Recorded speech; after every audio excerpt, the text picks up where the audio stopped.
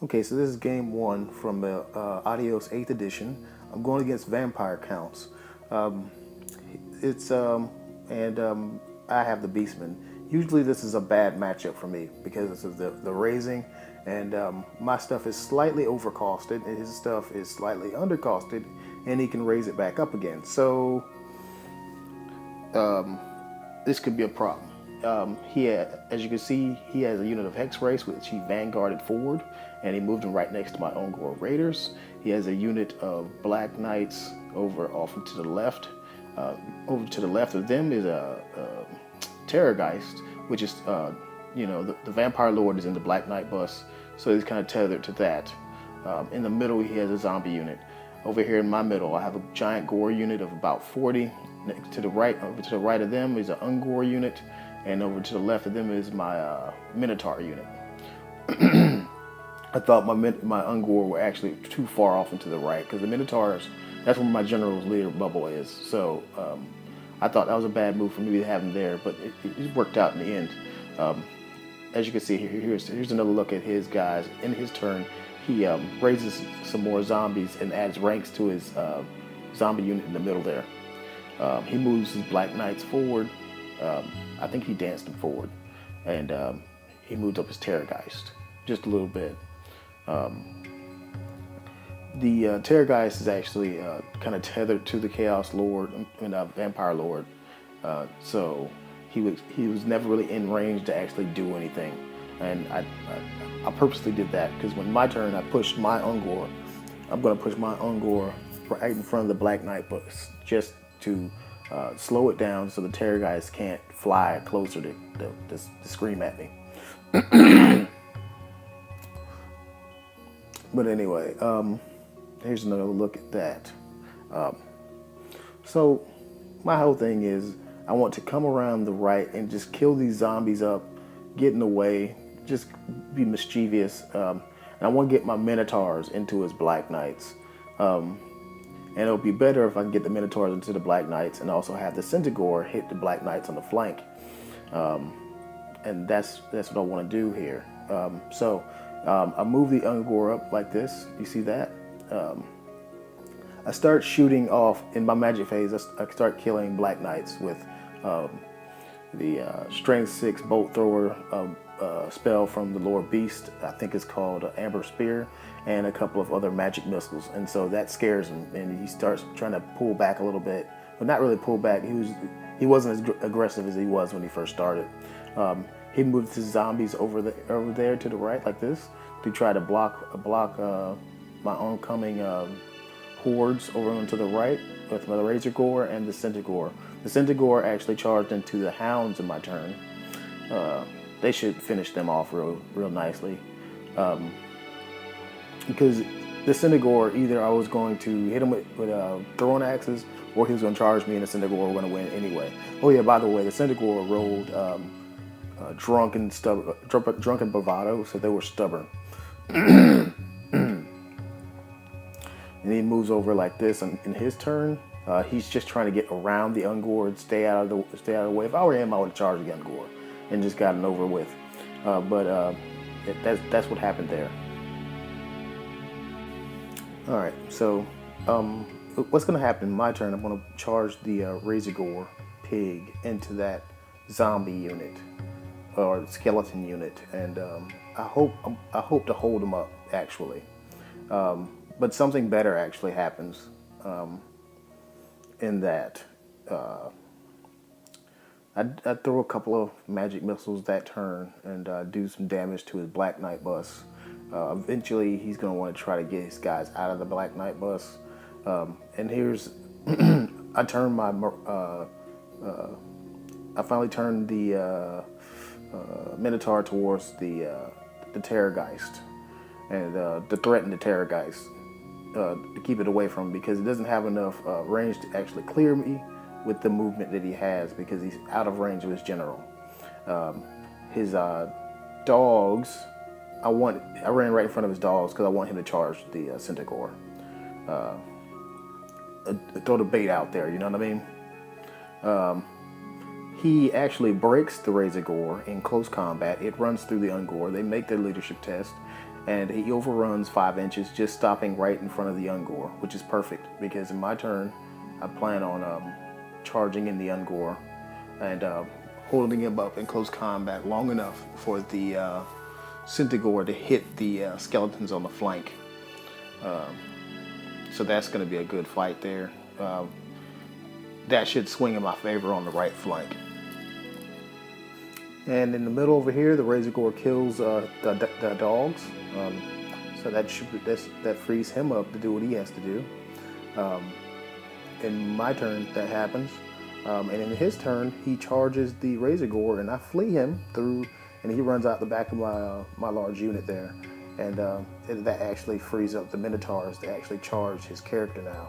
So that should be good. I should be able to kill that vampire nice and easy. And also in his movement turn, he pulls his Terrorgeist back because he finally gets him back in range of his vampire, and he figures he doesn't want to deal with any Minotaur, so he flies away there. Which is great because he flies right back in front of my sorcerers. In my turn, in my turn, and that was it for his turn really. He didn't have anything to do. The Ungor hold here. So that happens exactly the way I needed it to happen. I lose a couple. I mean, I didn't lose that many of them. He lost about 3 or 4 zombies. So not zombies, skeletons. And so that'll work for me. His magic phase was kind of a dismal. And here's another look at the vampire charging out after the Razor Gore. And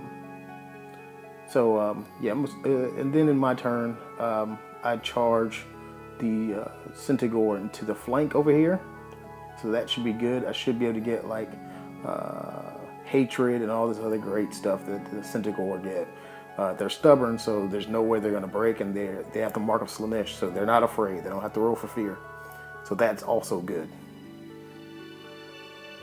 And then over here, I move the Ungor in front of the Black Knight bus again to annoy the mess out of them. It's great, just harassing your opponent with these little 30-man unit. And then in the magic phase, I hit the Terrorgeist with the Ruby Ring, and then I hit him with the Strength 1 hits, 5d6 Strength 1 hits. He let me go on both of them, and it burned him. It killed him. It killed his Terrorgeist, and that was it. Oh man, that was so good indeed. And then over here, I cast Enfeebling Foe on his vampire. So his vampire was on like Strength 2. So the Minotaurs are going to run over him. He's just going to beat the mess out of him. It's going to be great. The Centaur actually failed their hatred roll. So I was like, but they didn't need hatred because I think they rolled really good in close combat. The Minotaurs beat the vampire up real bad indeed. And then, so he doesn't want to deal with the Minotaurs after seeing what they're doing. So in his turn, well, it's not his turn yet. I'm going too fast here. I put the Ungor in front of my Minotaur again, okay? Just so I could shake him up a bit. My opponent's a little bit, he's kind of green, so I'm doing what I got to do. And here's the close combat over here with the Gore and the Centaur. The Ungor and the Centaur, so that was great doing that. He ends up charging the Ungor because he gets tired of him, which is good. Either way, it's going to work in my favor. Because if he kills him, he overruns, then the close combat is going to happen in my turn, and I can use buffs to make the Minotaurs ridiculous. And then after he kills the Harpies, he doesn't take the bait. Why didn't he take the bait? Come on, man, take the bait. But he didn't take the bait. Good for him. He turns and faces the Gore, in which if he were to get into that Gore unit and get a bunch of buffs off, he would literally tear that Gore unit apart, and he would net like 1,000 or so points. So yeah, and then he actually makes the charge in his turn. Oh, go figure. And so I'm like, what next, right? What next? He starts just casting stuff, and I just can't stop any of it. I mean, none of it. I couldn't stop any of his magic. But the Minotaurs do charge. I believe this is a picture of the Minotaurs. Nope, not, yeah, the Minotaurs charging the zombies, because I need the Minotaurs to get revved up, get that chainsaw going, get it nice and lubed.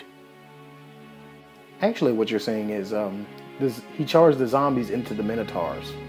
So it's not altogether a bad idea, but then again, you're making the Minotaurs even more ridiculous, right? So over here on the right side, close combat, just keeps on going. And then in his magic phase, when I told you he started casting spells, he just kept casting spells. And I was like, oh, when's he gonna stop? And you know what? A dimensional cascade, that's when he stopped. And he blew open the unit. He actually had gotten back like 6 models back to his Black Knight bus. And then he took all 6 models away from him. And then he rolled a 1 and it sucked this guy into the warp. And it just totally annihilated the unit. And now the Gore are in a very good position. Now I can unsqueeze my sphincter. And so now yeah, this is going good. This is going real good. The Minotaurs tear that unit apart over on the left. And the Ungor are kind of still in the way. I don't really care now. I know exactly what I'm going to do. Once these Minotaurs are done with those guys, they're going to come over and finish the Black Knights off. So that's going to be awesome. The unit on the right, they're almost done. It was just a lot of models. A lot of models indeed. And so this is like turn 4 when all this went down. And so I'm making good time here. I should be able to, I might even be able to wipe them out at this point. And I'm like, I might actually be able to get a table against vampires, and I'm running Beastmen. This is awesome, right? And he tears up a bunch of Gore, and the Gore, they have a +1 strength, +1 toughness. It didn't really help that much. And then the Minotaur tear that unit apart. They ripped the heads off of every one of those zombies and sucked the blood out of the top like Pez dispensers. And over here I got Savage Beast of Horrors off with one of my wizards, so he's strength 7, I believe, and he has 6 attacks, and he's re-rolling his attacks, and this is going to be bad. And they let loose a roar, and this roar of disgusting Beastmen, just destruction, and he ends up killing the wizard before he actually got the swing. That's fine. I'm going to let the Beastmen speak for themselves now.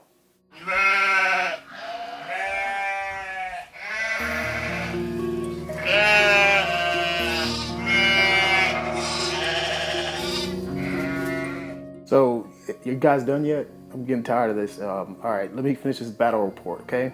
All right, so the Beastmen win that one. They tabled the vampires. It was an awesome game. It was an awesome opponent. That was table 1. That was that game, and I ended up going to table 1 on the first day of a tournament with the Beastmen.